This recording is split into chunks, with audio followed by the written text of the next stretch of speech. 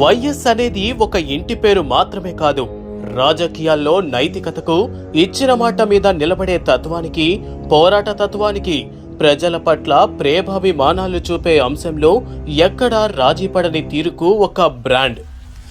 YS అనే brand వచ్చే వరకు రాజకీయాలు అంటే ఒక వంచన, మోసం, వాడుకొని వదిలేయడం, నమ్మించి మోసం చేయడం ఇవే ఉండేవి.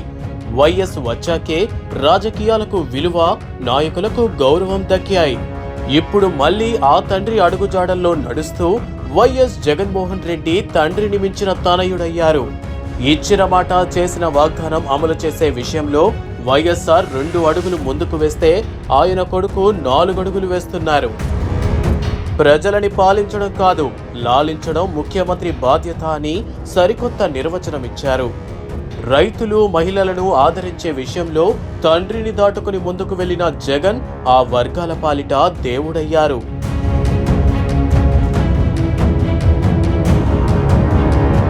తండ్రి ఆశయాలు నెరవేర్చే విషయంలో జగన్మోహన్ రెడ్డి అన్ని విధాలా సక్సెస్ అయ్యారు. తండ్రి పాలనకు కొనసాగింపుగా మొదలైన జగనన్న పాలన సంక్షేమం, అభివృద్ధి అంశాల్లో కొత్త రికార్డులను సృష్టిస్తోంది.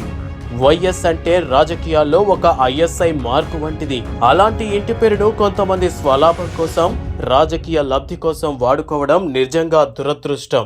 వైఎస్ అనే ఇంటి పేరును దివంగత వైఎస్ రాజశేఖర్ రెడ్డి, ఆయన సోదరులు మాత్రమే పెట్టుకుంటారు తప్ప ఆ బ్రాండ్ను ఎవరు పడితే వాళ్ళు ఎలా వాడుకుంటారు?